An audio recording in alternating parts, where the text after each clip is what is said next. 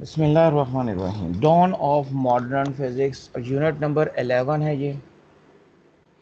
Modern physics को हम start करेंगे प्लैंक एजम्पशन से। जैसा कि मैंने अभी आपको थोड़ा सा इंट्रो दिया कि जो क्लासिकल थ्योरी ऑफ रेडिएशन है और मॉडर्न थ्योरी का जो बेसिक फ़र्क था वो ये था, दोबारा सुन लो, कि क्लासिकल थ्योरी के मुताबिक रेडिएशंस की नेचर वेव नेचर है, नंबर वन। जबकि क्वांटम थ्योरी कहती थी रेडिएशन की नेचर पार्टिकल नेचर है। यानी क्वांटम थ्योरी के मुताबिक रेडिएशन छोटे छोटे पार्टिकल्स जिन्हें हम क्वांटा कहते हैं उस पर मुश्तमिल है। जबकि क्लासिकल थ्योरी, जिसे हम मैक्सवेल थ्योरी भी कह सकते हैं ऑफ इलेक्ट्रोमैग्नेटिक रेडिएशन, उसके मुताबिक ये वेव्स होती हैं, क्रेस्ट एंड ट्रफ रखने वाली। फिर क्लासिकल थ्योरी के मुताबिक एनर्जी का ताल्लुक इंटेंसिटी ऑफ रेडिएशन से है, यानी नंबर ऑफ रेज से है, नंबर ऑफ पार्टिकल्स से है। रेज ज़्यादा, एनर्जी ज़्यादा, ये क्लासिकल थ्योरी कहती है, मॉडर्न नहीं कहती। मॉडर्न थ्योरी के मुताबिक एनर्जी का ताल्लुक फ्रीक्वेंसी से है, इंटेंसिटी से नहीं है। और यही बात प्लैंक एजम्पशन की थी कि एनर्जी इमिटेड होती है या अब्जॉर्ब होती है इन डिस्क्रीट पैकेट्स, जिन्हें हम कहते हैं क्वांटा, और इनका जो इनकी जो एनर्जी है फ्रीक्वेंसी के डायरेक्टली प्रोपोर्शनल होती है। ये फॉर्मूला लिखा हुआ है आपके सामने, और इक्वालिटी में लेके आएंगे तो E is equal to H F. H इसके अंदर बनता है Planck's constant, value 6.63 10 power -34 joule second. यहाँ पर एक MCQ है कि जाउल सेकंड एंगुलर मोमेंटम का भी यूनिट है। अगर कोई हमसे पूछे कि ये जो जाउल सेकंड है और किसका यूनिट होता है, तो यह है एंगुलर मोमेंटम। अब यहाँ पर ये बात याद रखिएगा, एंगुलर मोमेंटम और प्लैंक्स कांस्टेंट, इनके ना सिर्फ यूनिट सेम है बल्कि इनकी डायमेंशन भी सेम है। तो इट मीन्स क्वांटम थ्योरी के मुताबिक जो रेडिएशन है वो छोटे छोटे पैकेट्स हैं एनर्जी के, जैसे यहाँ बने नज़र आ रहे हैं। जबकि यहाँ पर ये पूरी एक वेव है क्लासिकल थ्योरी के मुताबिक, इसे कहते हैं कंटिन्यूस इलेक्ट्रोमैग्नेटिक वेव। ठीक है जी, ये बातें हो गई। ये जो फ्रीक्वेंसी प्रोपोर्शनल टू एनर्जी या एनर्जी फ्रीक्वेंसी के प्रोपोर्शनल होती है, इसे प्लैंक्स लॉ भी कहते हैं। अगर आप ग्राफ ड्रॉ करते हैं E और F का स्ट्रेट लाइन, और इसका स्लोप प्लैंक्स कांस्टेंट के बराबर होगा। अब एनर्जी जब एटम्स एब्जॉर्ब करते हैं तो वो एक एनर्जी लेवल से अगले एनर्जी लेवल में चले जाते हैं। ठीक है, एक एनर्जी लेवल से अगले एनर्जी लेवल में जाते हैं। अगर आपके पास फोटोन एक है, एक फोटोन की एनर्जी HF, दो फोटॉन्स की एनर्जी 2HF, सो ऑन। अगर n फोटोन है, NHF टोटल एनर्जी आ जाएगी। अब यहाँ पे एक और फॉर्मूला लिखेंगे आप, E is equal to HF होता है या HC/λ, और एक और चीज़ लिखेंगे इसको, इज इक्वल टू PC। ये भी हम फॉर्मूले प्रूव करेंगे। असल में एक फॉर्मूला होता है V is equal to F λ। Speed of light को हम C से शो करते हैं, तो वेलोसिटी को आप C से शो कर दें, C is equal to F λ बन गया। यहाँ से F का फॉर्मूला आ गया C/λ। ये अगर आप E is equal to HF में यूज़ करें, F की जगह पर, HF में F की जगह पर, तो HC/λ अगला फॉर्मूला आ जाता है। इसका मतलब है एनर्जी फ्रीक्वेंसी के डायरेक्टली, लैम्डा के इन्वर्सली, और मोमेंटम के डायरेक्टली प्रोपोर्शनल होती है। और ये मोमेंटम ऑफ फोटोन है या मोमेंटम ऑफ एनर्जी है। ये बातें नोट कर लें। अब ये जो बातें हमने की हैं ये सारी की सारी थी मैक्स प्लैंक एजम्पशन की थी। प्लैंक वो पहला बंदा था जिसने 1900 में सबसे पहले क्वांटम थ्योरी दी थी। ये पॉइंट आप याद रखेंगे। आगे चलें। फोटोन थ्योरी ये दी थी आइंस्टाइन ने फोटो इलेक्ट्रिक इफेक्ट को एक्सप्लेन करते हुए सर 1905 में। जी सर बेटा क्या कह रहे हो? एक दफ़ा ऊपर वाला दिखा दे, मैं स्क्रीनशॉट ले लूँ। मैंने आप लिख लिया और आप अच्छा वो लिखा नहीं, ये लें लें ये लें, लिख लीजिए।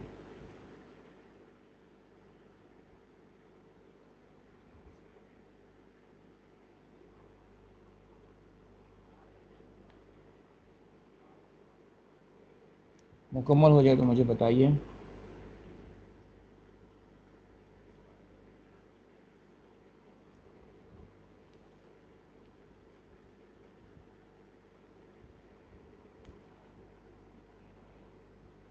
सर हो गया।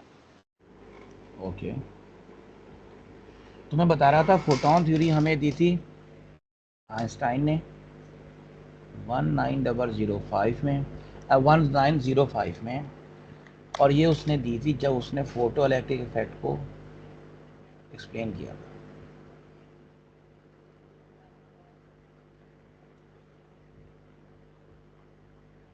अच्छा, थ्योरी के मुताबिक फोटोन एनर्जेटिक पार्टिकल है जिसका मास ज़ीरो होता है, इसका चार्ज भी ज़ीरो होता है।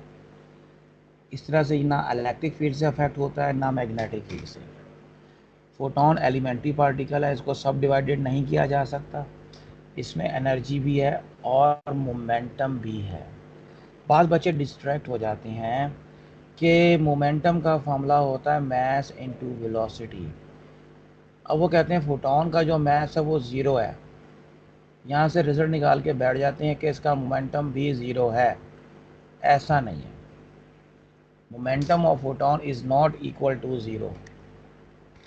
इसमें जो मोमेंटम है ना वो इसकी मोशन की वजह से, इसकी एनर्जी की वजह से है। क्योंकि मोमेंटम ऑफ फोटोन का जो फार्मूला होता है, थोड़ी सी डेरिवेशन मैं यहाँ कर देता हूँ ताकि आपको फार्मूला याद रहे, अगर आप भूल भी जाएं तो लिख सकें। E is equal to M C square, एक फार्मूला ये होता है, ठीक है। एक होता है E is equal to H F या एच सी ओवर लेमडा, ठीक है। और एक होता है P is equal to M V. अब अगर आप मोमेंटम की बात करते हैं एट वेलोसिटी ऑफ लाइट तो वो एम सी बनना चाहिए। वेलोसिटी ऑफ लाइट c होती है, तो हम v को c से रिप्लेस करेंगे, पहली चीज़। अब यहाँ E is equal to M C square को एम सी इंटू सी में ब्रेक करेंगे, एम सी की जगह P लगा देंगे। E is equal to P C एक फार्मूला बन गया। अब यहाँ पे E की जगह पर एच सी ओवर लेमडा लगा दें और आगे पी सी आ गया, सी सी से कट जाएगा तो H P is equal to H over lambda, momentum of photon आ गया। तो ये मोमेंटम ऑफ फोटोन उसकी स्पीड और एनर्जी की वजह से होता है। हर किस्म की इलेक्ट्रोमैग्नेटिक रेडिएशन में फोटॉन्स होते हैं। कम ज़्यादा एनर्जी का फ़र्क होता है, होते फोटोन ही हैं इलेक्ट्रोमैग्नेटिक रेडिएशन में। और ये इलेक्ट्रोमैग्नेटिक रेडिएशन शुरू होती है रेडार वेव से लेकर गैमा रेडिएशन तक जाती है। जहाँ तक एनर्जी का ताल्लुक है तो गैमा रेडिएशन की एनर्जी 1 मेगा इलेक्ट्रॉन वोल्ट होती है। और ऐसे क्वांटा को या फोटोन को आप इजीली डिटेक्ट कर सकते हैं क्योंकि हाई एनर्जी पर ऐसी वेव में पार्टिकल नेचर ज़्यादा प्रोमिनेंट होती है और वेव नेचर कम होती है। जबकि जो रेडियो वेव्स हैं जिनकी एनर्जी 10⁻⁻10 इलेक्ट्रॉन वोल्ट होती है, इसकी एनर्जी कम होती है, फ्रीक्वेंसी कम होती है, लैम्डा बहुत ज़्यादा होता है। इसलिए ऐसे फोटॉन ज़्यादातर वेव करैक्टर रखते हैं और उनमें पार्टिकल करैक्टर कम होता है। इस वजह से इनको डिटेक्ट करना ज़रा मुश्किल होता है, इसे ये डिटेक्ट नहीं किए जा सकते। अब याद रखेंगे आप कि जूं आप रेडियो वेव से गैमा रेडिएशन की तरफ मूव ऑन करते हैं तो आपकी एनर्जी बढ़ती है, फ्रीक्वेंसी बढ़ती है और पार्टिकल करैक्टर बढ़ता है, जबकि वेवलेंथ कम हो रहा होता है। अच्छा, ये जिक्र अभी मैं इलेक्ट्रोमैग्नेटिक स्पेक्ट्रा में भी देख लेते हैं इसको, बल्कि इसको मैं यहाँ लिख देता हूँ एक साइड पर, आप ये नोट कर लें चीज़ें। इलेक्ट्रोमैग्नेटिक स्पेक्ट्रा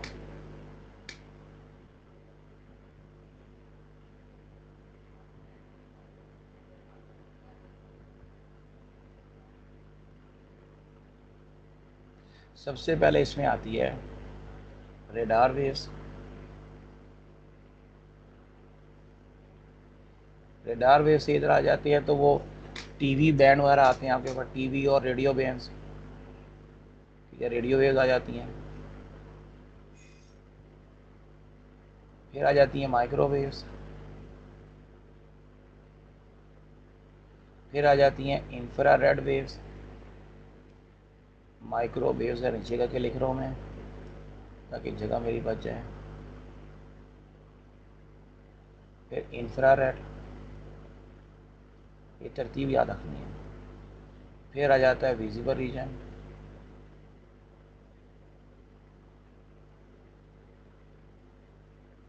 फिर आता है अल्ट्रा वायलेट, एक्सरे और गैमा रेडिएशन। अब ये जो हमारे पास इंफ्रा विजिबल है, ये शुरू होती है रेड कलर से और वॉलेट पे ख़त्म होती है। रेड के साथ जो कलर है ऑरेंज होता है, उसके साथ येलो, ग्रीन, ब्लू और इंडिगो। इसका वेवलेंथ होता है 700 नैनोमीटर, वॉलेट का होता है 400 नैनोमीटर। ये रेंज आप याद करेंगे, उसके बाद ये नोट कर लें। फिर आगे चलते हैं।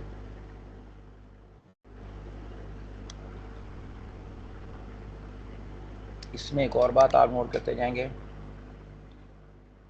Frequency, energy, momentum, particle character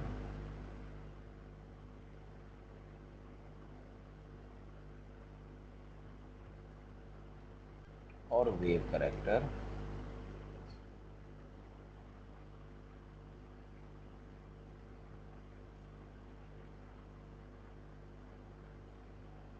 इस तरफ जाते हैं अगर आप, यानी कि अल्ट्रा वायलेट की जानिब, तो ये करते हैं इंक्रीज, फ्रीक्वेंसी इंक्रीज करेगी, एनर्जी इंक्रीज करेगी, मोमेंटम और पार्टिकल करैक्टर।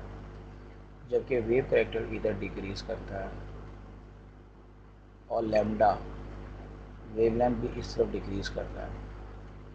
अच्छा, फ्रीक्वेंसी, एनर्जी, मोमेंटम और पार्टिकल करैक्टर लेफ़्ट के साइड यानी रेडार वेव्स की जानिब डिक्रीज करते हैं और वेव करैक्टर और लैम्डा ये दोनों इंक्रीज करते हैं। तो इसका मतलब है आपका वेव करैक्टर गैमा से रेडार वेव्स की जानिब बढ़ेगा। तो गैमा रेडिएशन का वेव करैक्टर ना होने के बराबर और रेडार का वेव करैक्टर के बजाय पार्टिकल करैक्टर ना होने के बराबर। ये भी नोट कर लीजिए और फिर मुझे इन्फॉर्म करें, फिर हम आगे चलते हैं।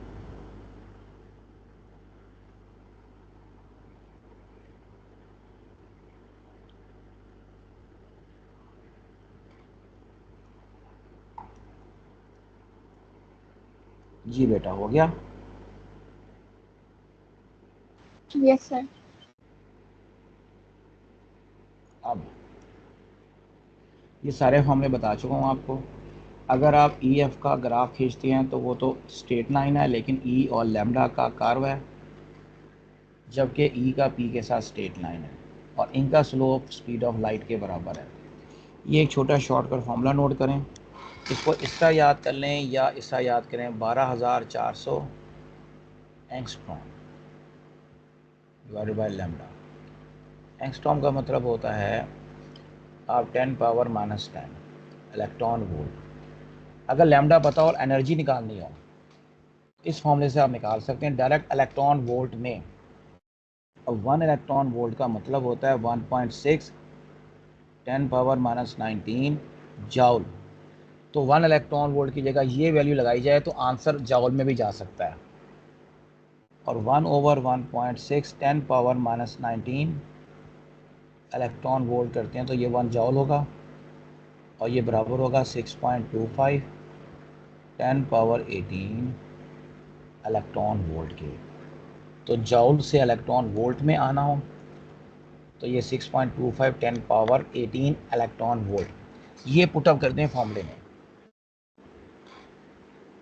जिस तरह ये 400 नैनोमीटर है, इसका आपने एनर्जी निकालनी है, तो इस फॉर्मूले में 400 पुटअप कर दें।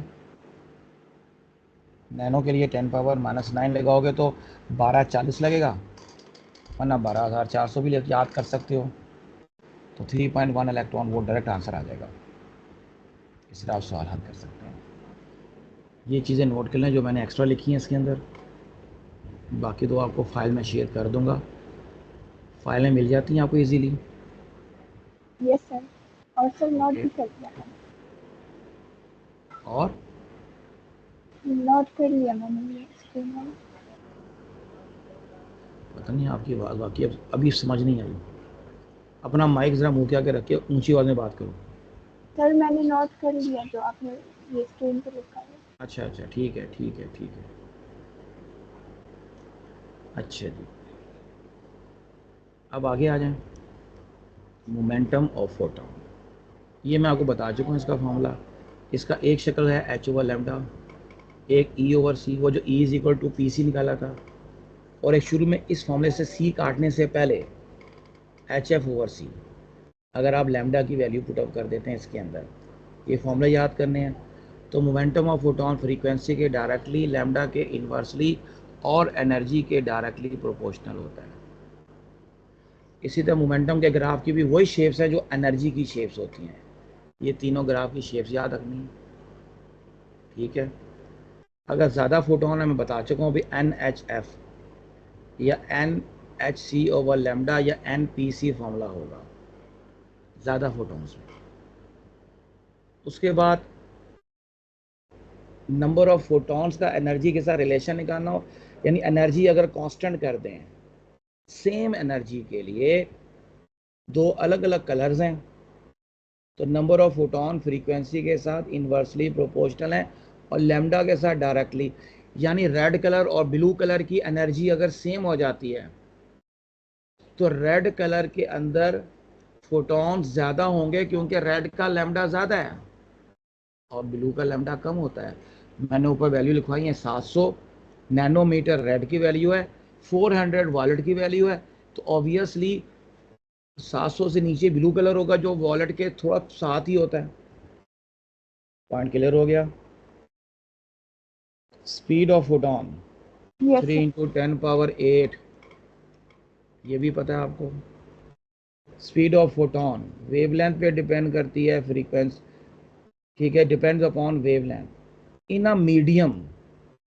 ये मीडियम की अंदर बात हो रही है। लाइट जब वैक्यूम से एयर में एंटर होती है तो इसकी फ्रीक्वेंसी पे कोई फर्क नहीं पड़ता, जब वाटर में जाती है फ्रीक्वेंसी पे कोई फर्क नहीं पड़ता, वाटर से शीशे में जाती है फ्रीक्वेंसी में कोई फर्क नहीं पड़ता। लेकिन हर बार जब डेंसिटी बढ़ती है मीडियम की, ट्रांसपेरेंट मीडियम की डेंसिटी बढ़ती है, लैम्डा कम होता है। तो लैम्डा मीडियम डिपेंडेंट है, जिसकी वजह से स्पीड पे फर्क पड़ता है। समझ आ गया? लैम्डा से फर्क पड़ता है, जो मुतासिर होता है डेंसिटी से। तो सबसे ज़्यादा स्पीड वैक्यूम में, कुछ कम एयर में, उससे नीचे वाटर में, उससे नीचे गिलास में। ये तरतीब आपको याद होनी चाहिए, ठीक है। एक और चीज़ चलते हैं इसमें। 15 वॉट का लैंप है, लाइट वेव एमिट कर रहा है 400 नैनोमीटर की। कह रहा है जी वो फोटोन की तादाद बता दें, तो ये फॉर्मूला है आपके पास, पी लैम्डा ओवर एक्स सी, वही ऊपर एन का फॉर्मूला जो पढ़ के आए हो। इसमें वैल्यू पुटअप कर दें तो आंसर आ जाएगा आपके पास। लैम्डा पता है आपको, पावर आपको पता है, पी फॉर यहाँ पावर है, वेव मोमेंटम ना समझ लेना, पी फॉर यहाँ पावर है, ठीक है। पावर क्या होती है ये भी सुन लो। पावर होती है एनर्जी पर यूनिट टाइम, और एक होती है इंटेंसिटी, ये भी लिख लो। इंटेंसिटी होती है पावर पर यूनिट एरिया, यानी energy per unit time per unit area. तो इंटेंसिटी का यूनिट बना, एक तो बना वॉट पर मीटर स्क्वायर, दूसरा बना जाउल पर मीटर स्क्वायर पर सेकंड, ठीक है। जॉल फॉर एनर्जी है। यहाँ से नंबर ऑफ पार्टिकल निकाल सकते हो अगर आपको पावर पता हो, ठीक है। ये इलेक्ट्रोमैग्नेटिक रेडिएशन का ग्राफ आ गया। ये रेडियो वेव का वेवलेंथ आप देख सकते हो 10 पावर 3 के अराउंड होता है। 10 पावर -2 माइक्रोवेव है, फिर इंफ्रारेड है, फिर विजिबल है, अल्ट्रावायलेट, एक्सरे और गैमा रेडिएशन। ये इनकी तरतीब होती है, और ये तरतीब चल रही है। अब इसके अंदर याद रखिएगा, ये 10 की पावर में इनकी फ्रीक्वेंसी मैंशनड है, तो ये -3 है आखिर में, जिसको मैं 3 बोल गया हूँ। फिर -2, -5, -6, -8, ये मेरे हमें वेव लेंथ, हाँ वेव लेंथ ही है, in metre, wavelength in metre चल रहे हैं। तो ये आपने ज़रा अप्रॉक्सीमेटली इनको याद कर लेना है। इसी तरह जो विजिबल लाइट है, शुरू में आप देख सकते हो वेव लेंथ, बड़ा वेव लेंथ आ रहा है आपके पास यहाँ से यहाँ तक, लेकिन जब आप गए वॉलेट की तरफ तो वेव लेंथ क्या हो गया, छोटा हो गया। तो वॉलेट का वेव लेंथ कम होता है, रेड का वेव लेंथ ज़्यादा है। तो विजिबल स्पेक्ट्रम में सबसे बड़ा वेव लेंथ रेड कलर का है और सबसे छोटा वॉलेट का है। वॉलेट की फ्रीक्वेंसी सबसे ज़्यादा है, रेड की फ्रीक्वेंसी सबसे कम है। वेवलेंथ ज़्यादा होने की वजह से अगर एनर्जी बराबर हो जाती है वॉलेट और रेड की, तो रेड में फोटोन ज़्यादा होंगे। ये बात पहले भी हो चुकी है, दोबारा रिपीट किया है मैंने। तो यहाँ तक आपका ये एक पोर्शन ख़त्म होता है।